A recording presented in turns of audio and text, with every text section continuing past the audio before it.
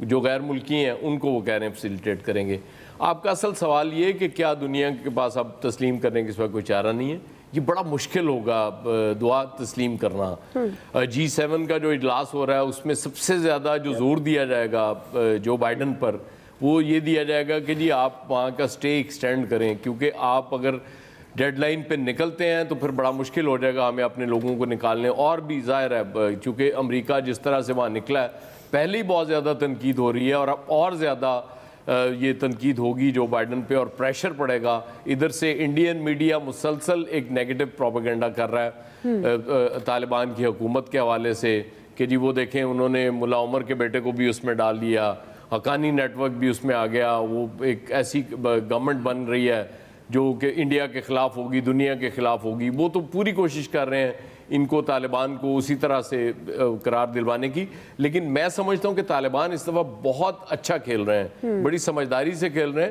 جیسے آج خواتین کے کام پہ جانے کے حوالے سے جب سوال پوچھا گیا تو ذبیح اللہ مجاہد نے کہا کہ جی ہم حالات پہلے ٹھیک کر رہے ہیں, اس کے بعد خواتین کو ہم نہیں روکیں گے. خواتین بالکل اپنی جابز پہ جاری ہوں گی. میں سمجھتا ہوں یہ بھی بڑا عقل مندی کا. اس وقت خدا نخواستہ کوئی چھوٹا موٹا ایسا واقعہ ہو گیا تو ویسٹرن میڈیا اس کو اٹھا لے گا, انڈین میڈیا اور ویسٹرن میڈیا, اور اس کے بعد کہا جائے گا دیکھیں ہم تو کہتے تھے. ابھی کچھ نہ ہونے کے باوجود پروپیگنڈا ہو رہا ہے کہ وہاں پتہ نہیں خواتین کے ساتھ کیا ہو رہا ہے. ہم ان کی یہ میڈیا ٹاک میں بھی خواتین کو دیکھ رہے ہوتے ہیں اور آرام سے بیٹھ کے سوال پوچھ رہی ہوتی ہیں. تو اس کا مطلب یہ ہے کہ طالبان بڑی سمجھداری سے چل رہے ہیں, لیکن دنیا کو تسلیم کرنا یہ بہت دور کی بات ہے. صحیح. جی عامر صاحب. اچھا, ہم سب روز تجزیہ کرتے ہیں, میں بھی شامل ہوں ان میں کہ جی طالبان یہ کر دیں, طالبان بڑا اچھا کر رہے ہیں, طالبان بڑا کر رہے ہیں. کوئی پوچھے میرے سمیت سب سے, ہم سے, طالبان آپ سے اور ہمارے سے پوچھ کے جیت کے آئے ہیں جنگ. 20 سال جنگ لڑی انہوں نے امریکہ کے خلاف, نیٹو کے خلاف, سب کی طبیعت صاف کی. ہم بھاگتے رہے, ہمارا کوئی تعلق نہیں, ہمارا کوئی تعلق نہیں, ہمیں وہ ڈو مور کہتے رہے اور لکھتے رہے کہ آپ کے پاس یہ ان کے ہیں. ملا برادر کو پاکستان سے پکڑ کے حوالے کیا, پھر ایک کو مارا انہوں نے بلوچستان میں ڈرون سے, شناختی کارڈ نکال دیا. مطلب سارا پری ڈیزائن سب چیزیں امریکہ نے ہمیں گندہ کرنے کے لیے کی. پھر جب طالبان ان کے قابو میں نہیں آئے تو پھر ہم لوگ گئے, پھر ہم نے ان کے ساتھ بٹھا دیا. ایک تو ہمیں بھی کسی معذرت خانہ کے چکر میں نہیں رہنا چاہیے کہ جو لوگ امریکہ اور نیٹو کی طبیعت 20 سال صاف کر سکتے ہیں وہ اب بھی شرعی قوانین کے نفاذ پہ کسی کی نہیں مانیں گے, وہ اپنی مرضی کے مطابق کریں گے. ابھی بائیڈن صاحب نے 37 منٹ پہلے ٹویٹ کیا کہ جی ویمنز اور جناب جرنلسٹ ہم سب کو ایویکویٹ کرائیں گے, اس کے بعد جائیں گے. بھائی آپ تو پہلے بھاگ چکے, اور کیا آپ کے یہ طیارے پہلے نہیں تھے جب طالبان موجود تھے؟ کیا یہ کوئی نئی مخلوق آئی ہے جن کو آپ نے لا کے بٹھا دیا اور یہ آپ سے ڈر جائیں گے یا کسی سے بھی ڈر جائیں گے؟ وہ ایک خاص حد تک ضرور کریں گے یہ کام کہ جی ٹھیک ہے دنیا کو بھی لے کے چلنا ہے, معاشی سرگرمیاں. وہ لوگ ہیں جنہوں نے یہ چیزیں چھوڑی ہوئی ہیں, ہر چیز کے لیے وہ تیار ہیں, لڑائی کے لیے, جہاد کے لیے, کہ نہ ان کے پاس کچھ تھا نہ کچھ ہے, کہ وہ مرنے میں اور بچنے میں توقع وہ کرتا ہے جس کو مال کی تمنا ہو, بچوں کی توقع ہو, محل ہو, وہ تو دنیا کی طرف جاتا ہے.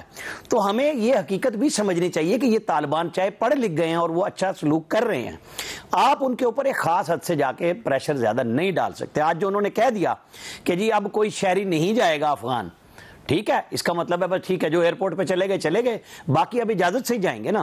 وہ امریکہ کو بھی جواب دے رہے ہیں. CIA چیف کل جا کے ان سے مل کے چلے گئے, بات چیت کر کے. اس کے بعد ذبیح اللہ مجاہد نے یہ میسج دیا ہے, بائیڈن نے اپنا میسج دے دیا ہے. G7 میں یہ سارے G7 والوں نے تو پیسے لگائے ہیں نا, جن سب کا لیڈر جو ہے امریکہ ہے. 20 سال بعد بھاگا کیوں؟ ان کو سمجھ آ گئی تھی کہ رشیا کیسے ایک دم ختم ہوا تھا. پیسے لگاتے گئے اور پتہ لگا ملک میں روٹی کھانے کے پیسے نہیں رہے. ایک طرف وہ کرونا کے بعد اپنے ملک میں انویسٹمنٹ کر رہے ہیں, لوگوں کو پیسے اس طرح دے رہے ہیں کہ انہوں نے ڈیولپمنٹ فل امریکہ میں کھول دی ہے, سڑکیں دوبارہ بنا رہے ہیں, برجز نئے بنا رہے ہیں تاکہ لوگوں کو کام ملے گا تو ریسیشن نہیں آئے گا. تو وہ کسی صورت میں اب یہاں نہیں آئیں گے اور نہ یہ طالبان لڑیں گے اس طرح کہ بھئی ہم بالکل دبک گئے ہیں اور بھاگ گئے. نہیں, بس ایک خاص حد تک انہوں نے بھی میسج دے دیا کہ آپ نہیں کریں گے, 31 کے بعد ہم فیصلہ کریں گے. پاکستان کو ذرا کھل کھلا کے اب آنا چاہیے کہ ان کی جو ہیلپ ہو سکتی ہے, رشیا, چائنا, پاکستان, ایران. دیکھیں نا, ایران سے میں نے جو بھی سٹارٹ میں بات کی, ملا برادر اس وقت بھی ایران سے آئے تھے. ایران نے بہت عرصہ پہلے ان کے ساتھ تعلقات ٹھیک کر لیے تھے, طالبان نے ان کے ساتھ ٹھیک کر لیے تھے تاکہ یہ شیعہ سنی فساد جو ان کے گلے پڑا تھا آئندہ نہ ہو. اسی لیے ہزارہ برادری کے پاس بھی وہ چلے گئے, محرم کے پروسیشنز میں بھی وہ گئے اور ان کو سیکیورٹی بھی فراہم کی. انٹرنلی صرف ایک پنج شیر کے علاوہ انہیں کوئی اس وقت مسئلہ نہیں ہے. تو آ جائیں یہ فورسز, وہ پہلے کب بھاگ گئے تھے ان سے ڈر کے؟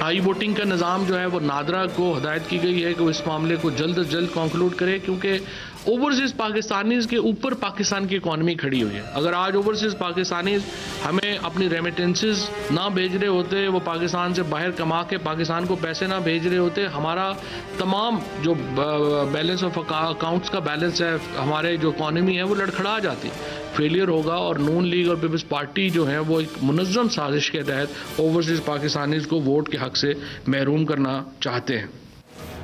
ناظرین، گورنمنٹ گزشتہ کئی ماہ سے انتخابی دھاندلی کے خاتمے اور شفاف الیکشن کے لیے کوشاں ہے. آج وفاقی کابینہ نے انتخابی اصلاحات سے متعلق تجاویز کی بھی منظوری دے دی ہے.